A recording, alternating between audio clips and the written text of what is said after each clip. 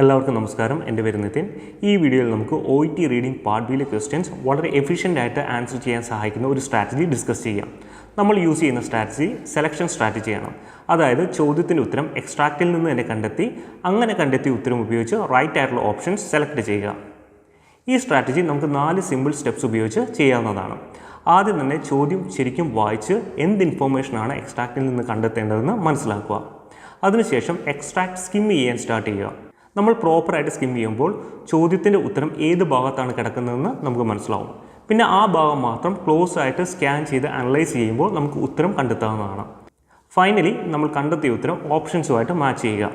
ഏത് ഓപ്ഷൻ്റെ മീനിങ് ആണോ നമ്മുടെ ഉത്തരത്തിൻ്റെ മീനിങ്ങുമായിട്ട് സെയിം ആയിട്ട് വരുന്നത് ആ ഉത്തരം നമ്മൾ മാർക്ക് ചെയ്യുക. ഇനി നമുക്ക് സെലക്ഷൻ സ്ട്രാറ്റജി ഉപയോഗിച്ച് ഒരു ചോദ്യത്തിൻ്റെ ഉത്തരം കണ്ടെത്താൻ നോക്കാം.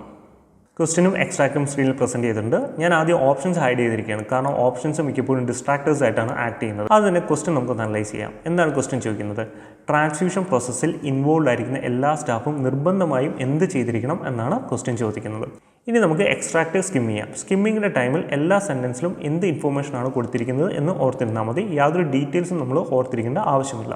സോ ഫസ്റ്റ് സെൻറ്റൻസ് പറയുന്നത് ബ്ലഡ് ട്രാൻസ്ഫ്യൂഷൻ്റെ സമയത്ത് മോർബിഡിറ്റിയും മോർട്ടാലിറ്റിയും ഉണ്ടാകാനുള്ള സാധ്യത ഉണ്ട് എന്നാണ്. രണ്ടാമത്തെ സെൻറ്റൻസ് പറയുന്നത് ഈ ഒരു പ്രോസസ്സിൽ ടേക്ക് പാർട്ട് ചെയ്യുന്ന എല്ലാ സ്റ്റാഫിനെയും കോമ്പറ്റൻസി അസസ്മെൻറ്റ് നിർബന്ധമായിട്ടും നടത്തിയിട്ടുള്ളതായിരിക്കണം. മൂന്നാമത്തെ സെൻറ്റൻസ് പറയുന്നത് സേഫ്റ്റി എൻഷുർ ചെയ്യാൻ വേണ്ടി എല്ലാ സ്റ്റാഫും അവരുടെ റെസ്പോൺസിബിലിറ്റിനെ പറ്റി അവെയർ ആയിരിക്കണം എന്നാണ്. ഇനി നമുക്ക് രണ്ടാമത്തെ പാരാഗ്രാഫിലോട്ട് പോകാം. രണ്ടാമത്തെ പാരാഗ്രാഫിലെ ഫസ്റ്റ് സെൻറ്റൻസ് പറയുന്നത് ട്രാൻസ്ഫ്യൂഷൻ പ്രോസസ്സിൽ ഇൻവോൾവ് ആയിരിക്കുന്ന എല്ലാ സ്റ്റാഫും അവരുടെ കോമ്പറ്റൻസി അസസ്മെൻറ്റ് അപ്ഡേറ്റഡ് ആയിട്ടുള്ളതാണ് എന്നത് ഉറപ്പുവരുത്തണം. എല്ലാ 3 വർഷം കൂടുമ്പോഴാണ് അപ്ഡേറ്റ് ചെയ്യേണ്ടത്. രണ്ടാമത് പറയുന്നത് എല്ലാ സ്റ്റാഫും അവരുടെ റോളിന് വേണ്ടിയുള്ള മാൻഡേറ്ററി ട്രെയിനിങ് പ്രോഗ്രാം അറ്റൻഡ് ചെയ്തിരിക്കണം എന്നാണ്. ലാസ്റ്റ് സെൻറ്റൻസ് പറയുന്നത് relevant training courses mandatory training മെട്രിക്സിൻ്റെ അപ്പൻഡിക്സ് 1 ഐഡൻറ്റിഫൈ ചെയ്തിട്ടുണ്ട് എന്നാണ്. സ്കിപ്പ് ചെയ്തപ്പോൾ നമുക്ക് മനസ്സിലായി ചോദ്യത്തിന് ഉത്തരം രണ്ടാമത്തെ പാരാഗ്രാഫിലാണ് കിടക്കുന്നത്. സോ നമ്മുടെ ചോദ്യത്തിൻ്റെ 2 ഉത്തരം നമുക്ക് പാരാഗ്രാഫിൽ നിന്ന് എടുക്കാൻ പറ്റും.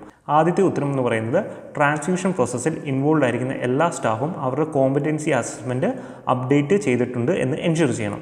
രണ്ടാമത്തെ ഉത്തരം എന്ന് പറയുന്നത് എല്ലാ സ്റ്റാഫും മാൻഡേറ്ററി ട്രെയിനിങ് പ്രോഗ്രാം അറ്റൻഡ് ചെയ്തിരിക്കണം എന്നാണ്. ഇനി നമുക്ക് ഈ 2 ഉത്തരവുമായിട്ട് ഓപ്ഷൻസിലോട്ട് പോകാം. ഓപ്ഷൻ നമുക്കിപ്പോൾ സ്ക്രീനിൽ കാണാൻ പറ്റും. നമുക്ക് ഉത്തരം ഓപ്ഷൻസുമായിട്ട് മാച്ച് ചെയ്യാൻ സ്റ്റാർട്ട് ചെയ്യാം. ഏത് ഓപ്ഷനുമായിട്ടാണ് മാച്ച് ആകുന്നത് അത് നമുക്ക് ആൻസറായിട്ട് സെലക്ട് ചെയ്യാം. So let start with option C.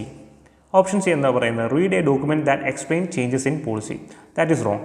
കാരണം പോളിസിയിൽ ചേഞ്ചസ് ഉണ്ടെന്ന് എവിടെയും പറയുന്നില്ല, അങ്ങനെ ഡോക്യുമെൻ്റ് ഉണ്ടെന്നും എക്സ്ട്രാക്റ്റിൽ പറയുന്നില്ല. ഇനി ഓപ്ഷൻ ബി ഒന്ന് നോക്കാം. It says attend a course to learn about a new procedure. ഇതിൻ്റെ ഒരു പാർട്ട് ശരിയാണ്, കാരണം ഒരു കോഴ്സ് അറ്റൻഡ് ചെയ്യേണ്ടതായിട്ടുണ്ട്. അതായത് ഒരു ട്രെയിനിങ് പ്രോഗ്രാം മാൻഡേറ്ററി ആയിട്ട് അറ്റൻഡ് ചെയ്യേണ്ടതായിട്ടുണ്ട്. പക്ഷേ ആ ഒരു പ്രോഗ്രാം പുതിയ പോളിസി ചേഞ്ചസ് പഠിക്കാൻ വേണ്ടിയല്ല, അവരുടെ റോളിന് വേണ്ടിയുള്ള ട്രെയിനിങ് പ്രോഗ്രാമാണ് അവർ അറ്റൻഡ് ചെയ്യേണ്ടത്. ഇനി ഓപ്ഷൻ എ നോക്കാം.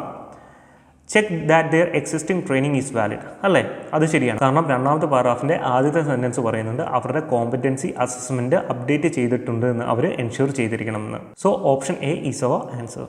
I hope this video was helpful for you. So next time when you do OET Part B questions, try to use this strategy.